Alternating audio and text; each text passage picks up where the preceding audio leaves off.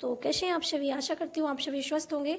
हम अपनी वक्तिन की तैयारी के इतिहास के टॉपिक्स को खान सर के नोट्स के द्वारा कंप्लीट करने का प्रयास करते हैं। तो ये बहुत ही अच्छा जरिया है कि हम अपने सिलेबस को कंप्लीट करें। इतिहास को हम स्टार्ट करते हैं। तो इतिहास को हमने 3 भागों में बांटा है: प्रागैतिहासिक काल, आगैतिहासिक काल और ऐतिहासिक काल। प्रागैतिहासिक काल जो है, इस समय मानव जो था वो बिल्कुल खानाबदोश था और एक खाद्य संग्राहक के रूप में उसके कार्यकाल को बांटा गया है। इसमें 4 भाग हैं: पुरा पाषाण काल, मध्य पाषाण काल, नव पाषाण काल और ताम्र पाषाण काल। जब उसने पत्थरों के औजार बनाए तो पाषाण मतलब पत्थरों के औजार बनाए। और जब भी हम इतिहास की घटनाओं को पढ़ते हैं तो पहले पढ़ेंगे हम पुरा मतलब स्टार्टिंग से पहले का काल, फिर मध्य, नव और एक और काल पढ़ते हैं अपन उत्तर नव पाषाण काल। और इसके बाद आपके तांबे की खोज हो गई तो ताम्र पाषाण काल। पाषाण काल के हमने ये 4 भाग कर लिए, अच्छे से याद रहेंगे: पुरा पाषाण काल, मध्य पाषाण काल, नव पाषाण काल और ताम्र पाषाण काल। इसके अलावा आगे ऐतिहासिक काल, ऐसा काल जिसमें मानव सिंधु घाटी सभ्यता में जो कहा जाए कि एक लिपि विकसित हुई, लेकिन उस लिपि को आज तक पढ़ाई नहीं जा सका, उसको पढ़ नहीं सका कोई भी। तो आपका कांस्य युगीन सभ्यता, सिंधु सभ्यता और हड़प्पा सभ्यता आगे ऐतिहासिक काल के अंतर्गत पढ़ते हैं। इसके साथ ही ऐतिहासिक काल में हम प्राचीन इतिहास, मध्यकालीन इतिहास, आधुनिक इतिहास, नेहरू काल और विश्व इतिहास को पढ़ेंगे। आगे बढ़ते हैं कि अतीत के अध्ययन को इतिहास कहते हैं। जो भी हमारे अतीत में इंपॉर्टेंट घटनाएं जो हो चुकी हैं, अतीत के अध्ययन में हो चुकी सारी घटनाओं को इतिहास नहीं कहते। अतीत में हो चुकी कुछ इंपॉर्टेंट घटनाएं जो हैं उन्हें इतिहास कहते हैं।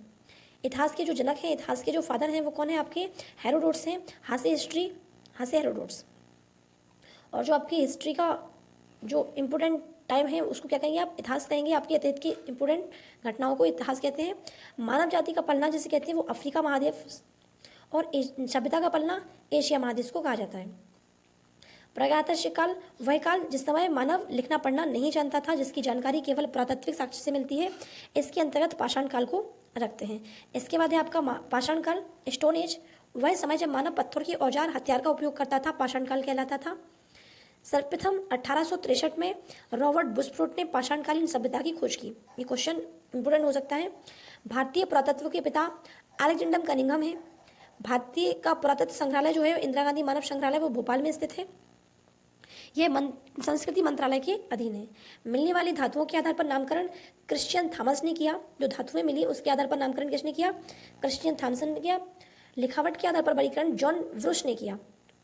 पाषाण काल को 4 भागों में बांटा गया: पहला पुरा, फिर मध्य, फिर नव और ताम्र पाषाण काल।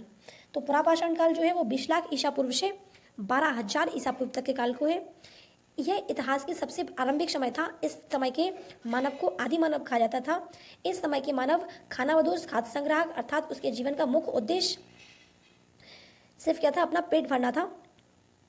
इस समय मानव की सबसे बड़ी उपलब्धि आग की खोज थी। आपको याद कर लेना है कि जो पुरा पाषाण काल में मानव ने खोज की वो कौन सी खोज थी? आपकी आग की खोज। इंपोर्टेंट है ये। इस समय मानव पत्थर के बड़े बड़े औजारों का इस्तेमाल करता था शिकार करने के लिए। इसी समय मानव की चित्रकारी आरंभ की। तो दूसरा काम उसने चित्रकारी की। पहला काम आग की खोज और दूसरा काम चित्रकारी। भीमबेटका की गुफाओं में पुरापाषाण काल के चित्र देखने को मिलते हैं, जो मध्य प्रदेश के अवैतुल्लागंज रायसेन में स्थित है। आगे पढ़ सकते हैं आप। मध्यपाषाण काल 12,000 ईसा पूर्व से 10,000 ईसा पूर्व तक। इस काल के बारे में जानकारी करसाइल 1867 में लिख दिया है। यह पुरापाषाण काल के बाद का काल है। इस समय मानव के हथियार छोटे आकार के हो गए, जिन्हें माइक्रोलिथ कहा गया। तो इस एज को माइक्रोलिथ एज भी कह देते हैं। हथियार छोटे होने के कारण से क्या कहा गया? माइक्रोलिथ कहा गया। इस समय के पश्चात सबसे प्रमुख कार्य अंत्येष्टि संस्कार क्या स्टार्ट किया? अंत्येष्टि संस्कार। रिवीजन करते चलना। मध्यपाषाण काल में आपका अंत्येष्टि संस्कार है और आपके जो पुरापाषाण काल था उसमें आग की खोज,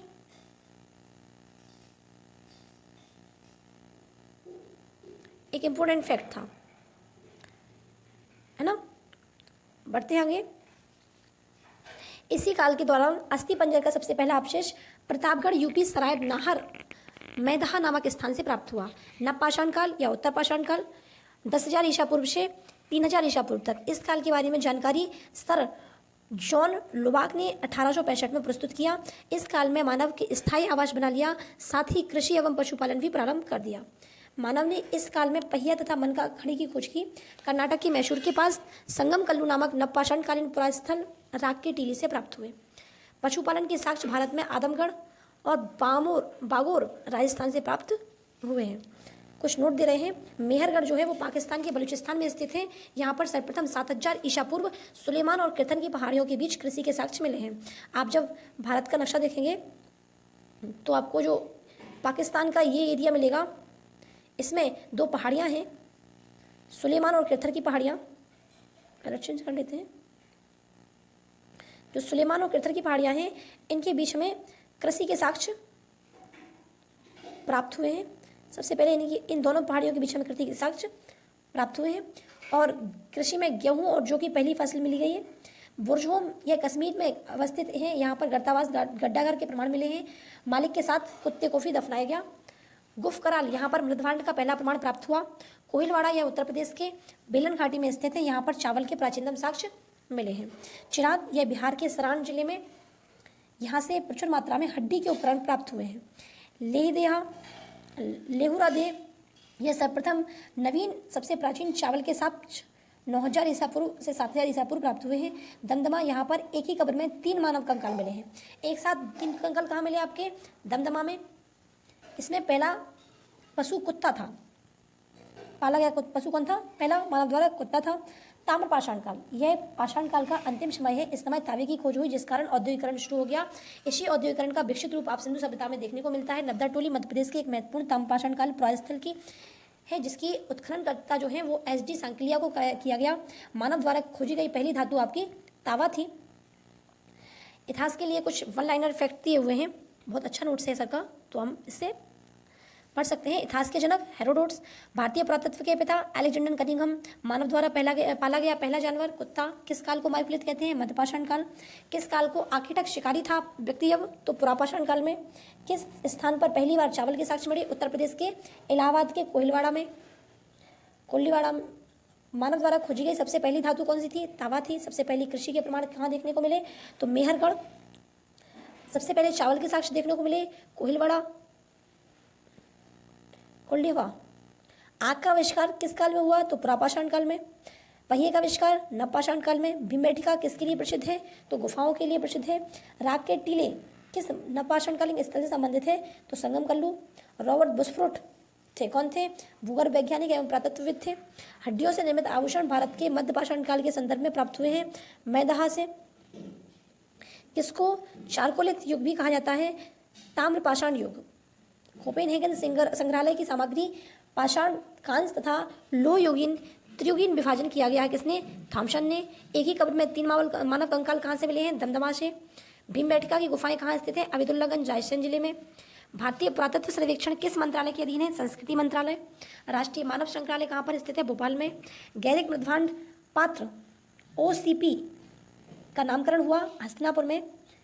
उत्खनित प्रमाणों के अनुसार पशुपालन का प्रारंभ हुआ मध्यपाषाण काल से, और सबसे पहला पशु किसे बनाया गया? पालतू कुत्ते को बनाया। मध्यपाषाण काल प्रारंभिक प्रसंग में पशुपालन के प्रमाण जहाँ मिले वह स्थान है आदमगढ़। खाद्यान्न के बीच सर्वप्रथम प्रारंभ हुई थी नर्मदा टोली की, है ना। भारत में मानव का सर्वप्रथम साक्ष्य कहाँ मिला? नर्मदा घाटी से। मानव द्वारा सर्वप्रथम प्रयुक्त अनाज जो भारतीय उपमहाद्वीप में कृषि के प्राचीनतम साक्ष्य प्राप्त हुए हैं।